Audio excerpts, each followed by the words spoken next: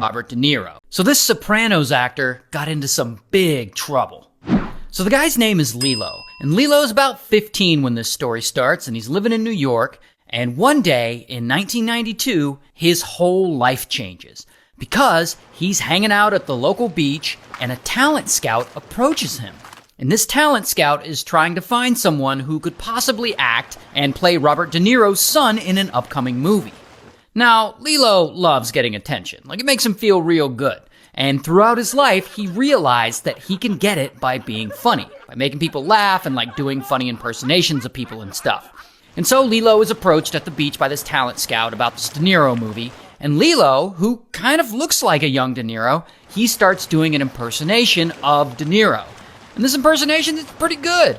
And the talent scout is impressed by this, and boom, he wants to put him in the movie.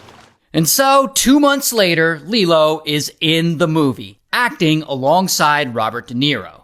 And the movie's called The Bronx Tale. You may have seen it. It's actually a great movie. Now, while on set, Lilo is having a really good time. He's working with the director, he's performing in front of the camera and whatnot. But this is also when one of his fellow castmates introduces him to a little Zaza. So he starts smoking and getting high for the first time. And Lilo really likes this, and he starts doing it a lot. Sometimes he gets high while he's on set working. The next year, in 1993, A Bronx Tale finally comes out, and it's actually a success. So basically, overnight, he goes from a regular kid who just hangs out at the beach to a well-known lead actor in a successful Hollywood movie. And honestly, this is a lot for a teenager to handle. But he keeps going, he keeps acting, and he keeps doing more movies. In 1994, he's in Renaissance Man. In 1995, he's in Crimson Tide. And so not only is he continuing to act, but he also continues to do drugs and drink. And over time, his partying and drug use keeps getting more frequent. And now he's moved on to taking painkillers and doing cocaine and stuff. And soon he starts trying out even more drugs, like smoking crack. And pretty quickly, he becomes addicted. And in order to keep himself functioning, he starts doing even more drugs. He starts snorting heroin to balance out the high that he gets from doing crack. But I guess he hides all this well enough, and it doesn't affect his ability to get cast because he continues to get work. And in 1999, he gets the role of a minor mobster in a little show you might have heard of called The Sopranos. So career-wise, things seem to be going well for him. But eventually, all this drug use and experimentation starts to catch up with him. At this point, he's often high at work on set, not just on smoking Zaza, but on heroin. And people on the crew start to notice. And at one point, James Gandolfini, the star of The Sopranos, notices that he's on drugs, and he pulls him aside and he tells him to be careful and don't waste this opportunity. But unfortunately, Lilo just doesn't listen. In fact, around this time, he's at his most addicted, and he's spending around $700 a day on his drug habit. Now, eventually, in the year 2000, Lilo's character on The Sopranos gets killed off, and he leaves the show. And he goes on to get some more roles in TV shows and movies, but his drug problem isn't getting any better. Sometimes he snorts 20 bags of crack and heroin a day. And after an audition, if he gets a part, Lilo will celebrate by drinking and disappearing into a 3-day crack binge. But if he doesn't get the part, he does the exact same thing. So by this point in the story, this guy is high all the time. So it starts affecting his career. He starts blowing off meetings and talk show appearances. He starts missing a lot of auditions. One time, he has an audition with Steven Spielberg for a role in the movie Saving Private Ryan. Well, he oversleeps because he was out partying hard the night before. So, of course, he doesn't get the role. That role eventually goes to Vin Diesel. So years go by, and it's now 2005, and Lilo is still crashing out. He's still addicted to all these drugs. And around this time, he meets this guy, Steven. And Steven, he's kind of a turd. He's a low-level member of a crime family in New York.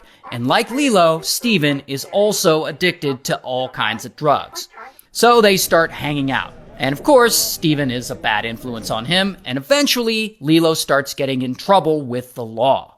And at one point that same year, bam, police arrest Lilo for heroin possession. And he gets out on bail, but now Lilo's family knows how bad his drug problems are. And so his mother wants to help him out, and she puts $14,000 into his checking account so that he can afford to start going to rehab. And he does. He goes to rehab for about 2 days. Then he's like, fuck all this, and he leaves and quits, and he uses the rest of the money his mom gave him to buy drugs. And then, as if things couldn't get any worse, here is where things start to really get out of control. One night, Lilo is out with his friend Steven, and they're partying at a local strip club. And they're there all night, till about 4 a.m., when suddenly, they start craving more drugs. And Lilo's like, hey, I know a guy who lives nearby, and he's got a medicine cabinet full of drugs, and we can just go there and take them. The guy's a pushover. So they drive over to the guy's house. And once they get there, Lilo knocks on the guy's door, but no one answers. Now, I guess Lilo hadn't seen the guy in a while, because he doesn't know this, but his friend actually passed away earlier in the year. So he doesn't even live at this house anymore.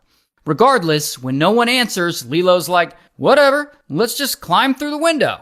I guess Lilo thinks his friend won't mind. And so, boom, Lilo breaks the glass on a window to get into the house.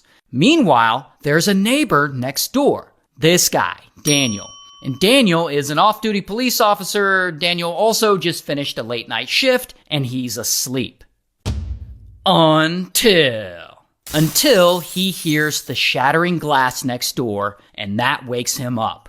So he gets up, and he calls 911. But he also grabs his gun, and he goes outside to see what all this noise is. And that is when Daniel sees two shady-looking drug addicts in the alley, Lilo and Steven, trying to break into this house. And he yells at both of them to stop. And Lilo, he doesn't have a gun or anything, but Steven actually does. And he pulls it out, and he starts shooting. Blam, blam, blam. And Daniel starts shooting back. Blam, blam, blam. And boom, Lilo gets shot twice. And boom, Steven gets shot 6 times. And during all this chaos, Steven actually shoots Daniel, and this, unfortunately, kills him. And Daniel had already called 911, so pretty quickly police show up, and they find Lilo and Steven both staggering down the driveway with gunshot wounds.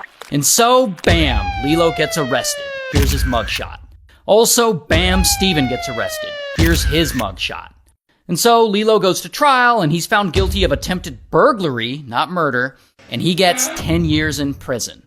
While Steven goes to trial, and he's found guilty of murder, and he gets life in prison. And by the way, Lilo is out of prison now, so he served his time, and he's clean now. And he actually still acts, and he does motivational speaking and talks about his life and stuff. It's actually really cool. So, good for him. So this